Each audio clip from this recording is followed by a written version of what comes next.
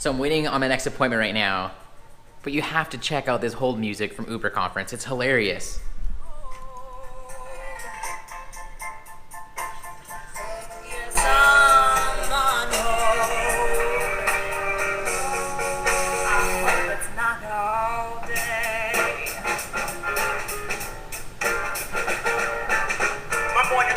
The waiting time is pulling, and truly there's so many other things I could be doing. Like Quick update, quick check-in. I'm in a walk mink right now. I'm hungry, so it's Alon's day off. We're gonna go get some food. But I've been reading I've been reading a book. Alon just picked one up. A bunch of my friends are picking it up. You may have heard me talk about it on Snapchat or Instagram if you follow me there. It's this one. It's called Reality Transurfing. I'm a little bit more than halfway done now, and I'm not going to do like a full-on review at least yet, but I want to give you guys a first look and my first thoughts, and that way you can hear about it, see what you think. Ready to go for a walk? He's ready. Let's go.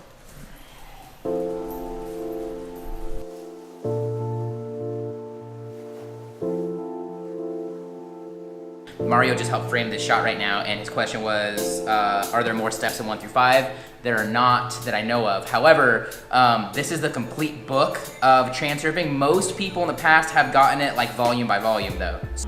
My goal is just to consume this goblet of fire size thing just like all the way through. Why I like this book is because it stands on the shoulders of other books, or it takes other books and lessons I've learned and like teachings that I've internalized and blows them out of the water. And it is backed heavily by quantum physics and backed heavily by like scientifically proven things. And on top of that, it's a book that you can go and implement on your own and see how it applies to you. So this is not a comprehensive review. I'm not done yet. I'm only halfway through. You can see my dollar bill. I am on page 432 as of this recording. But there's just a couple things in here that I wanted to share. One, because it helps me as I articulate it to learn it. Two, Alan ordered the book. Mario just ordered the book, so it's very relevant to a lot of conversations going around here. You can get this book at jeremymontoya.me/transurfing. So I bookmarked 3 quick things. I'm just gonna kind of riff on it and share because I think that they are pretty relevant. So this is, again, you're gonna wanna read this to get more background and more information on it. So first little note that I have here is our thoughts always come back to us like a boomerang. I mentioned there's a previous vlog that says how I became president. It was how I became president of a national organization when I was in high school, and it was a student organization, so I didn't like take over a company or some shit. However, it was Law of Attraction, the book The Secret, and it helped me to create the image in my mind for what I was wanting, and when the time came when I actually had to go and do the work, it went exactly how I pictured it. This book walks you through a step-by-step process for it that is very similar, very aligned with that, but is far less esoteric and a lot more achievable. So we always end up getting the thoughts and situations which our thoughts are mostly strongly attached to. Our thoughts always come back to us like a boomerang. When I'm chatting with people, when I'm talking about these sort of things and energy and intuition, the biggest example that I can touch most people with is when you're thinking of somebody else and they're thinking of you and you get a call from them or a text from them or something like that.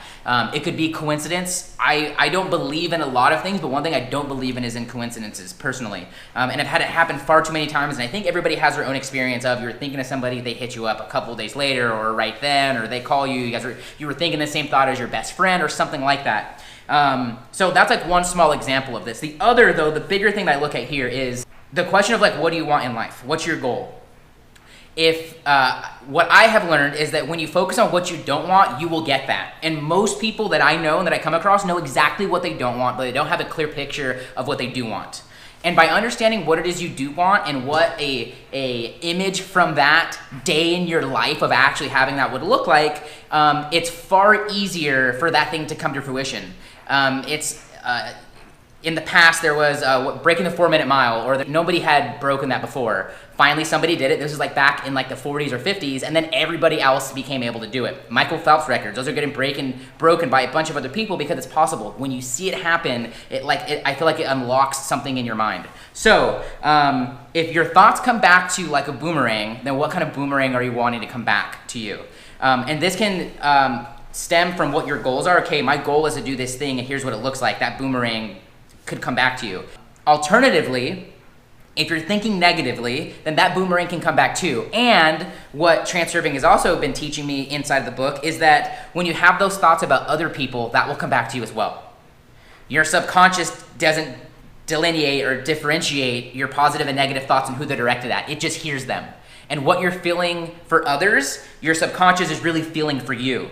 And so if those are images you're painting in your mind and they're negative of others, you're going to attract that thing. So the question here is, what do you want boomerang back in your life? Think about that, and you'll want to focus there instead of the alternate route. This is a bit of a longer quote. The only conclusion that can be drawn from this is that you have to consciously reevaluate your relationship to your work if you want to avoid creating excess potential. I'll see if I can try to explain this in a good way. It's essential to have free time in which you can do things you enjoy. People who do not know how to switch off and relax do not know how to work well either. When you arrive at work, detach yourself.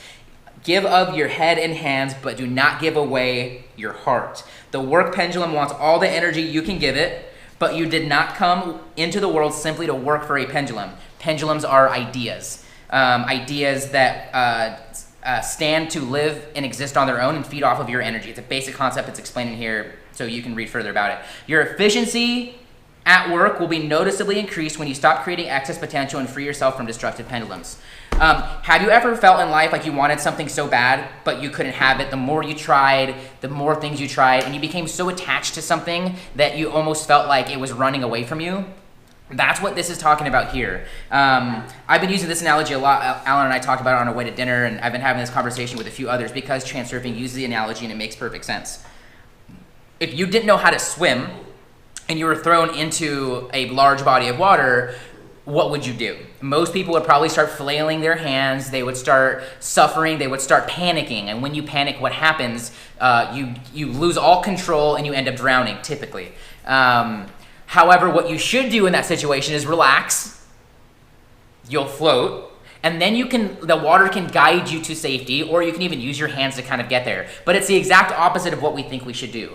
We are taught in life by our education system and by our workforce that you have to work hard for everything that you get. And you have to take step by step to get it, and things take a long time. Those are pendulums. That's dogma. Those are ideas other people have had instilled in them by others that aren't necessarily true, or that I recommend you disprove for yourself and see in your intuition if they're true for you. I think the quickest way to failure in life is to listen to other people's dogma and take it on. The best thing in life to do is to hear it, throw it up against a wall, and test it for yourself. And if it stands true, then maybe it is, or you go and find alternate ways of thinking. Unfortunately, religion, our education establishments, and other organizations, the workforce, they don't train for us to think that way, because that would make us independent, and that would not feed the pendulums our energy or these ideas and keep these things going. So, detach yourself from your goal. Detach yourself from your work. Be the person who's the most engaged, is what I take away from that quote. Who's the most engaged but the least attached. You can sense when somebody is needy or wants something. You can sense it from a mile away. The salesman, the person who is constantly talking about themselves. You can sense when they want something from you, and they are creating what's called excess potential.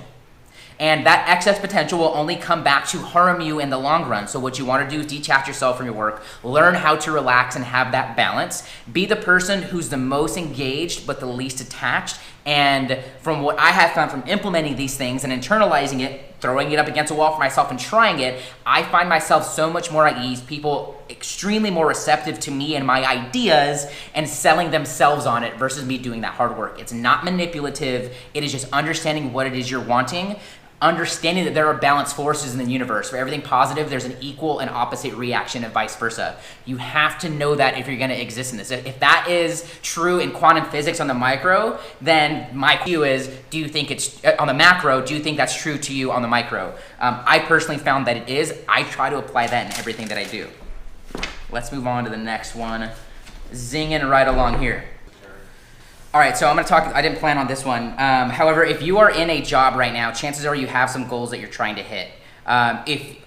What transurfing helps you to understand is that if you're not setting those goals, or if those goals are being set by someone else, then those aren't your goals. And because they aren't your goals, it is not going to be easy for you to accomplish them. So it's important when you set goals that you make them yours. Even if you're working for somebody else or you're helping in someone else's projects or anything, you have to make the goals yours. attribute. The goal is what a person really wants in life, such as to have their own house and grow roses, travel the world and visit faraway places, catch trout in Alaska, go skiing in the Alps, raise horses on their own farm, enjoy life on their own oceanic island, become a movie star or an artist. By focusing on the money, it goes on to say, by focusing on the money, they put the goal itself on the back burner. And so an exercise that transurfing walks you through is having a target slide. And this is what like an image or one frame would look like from what your life would look like and having this goal that you're after.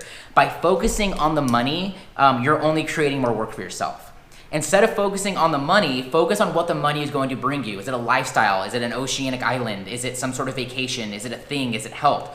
Focus on those things instead and let money be an accompanying tribute, not the actual goal. It's just a means to an end. So when you're thinking about your goal, you want to consider those aspects of the resources and what the resources are going to get you, not the resources themselves. You might want to know the amount of money, but don't worry about the money. Just focus on what it is that you are wanting. Clarity around what you're wanting and what that is going to look like a day in the life is exactly what's going to help you get there versus focusing on the money and instead of putting your goal in the background and getting distracted with those things.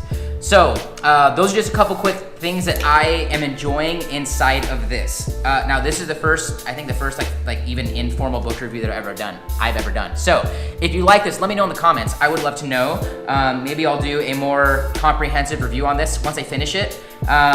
This book is translated from Russian.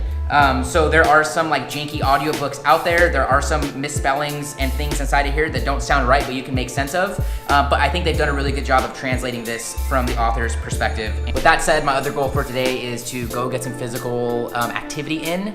And so we just ate dinner. I'm gonna end the vlog right here, but we're gonna go down, hopefully blow our biceps out and call it a day. Thanks so much for watching. Subscribe if you haven't already. What's happening right now? We are going to the gym. We're gonna do some chest workouts. What do you have in mind?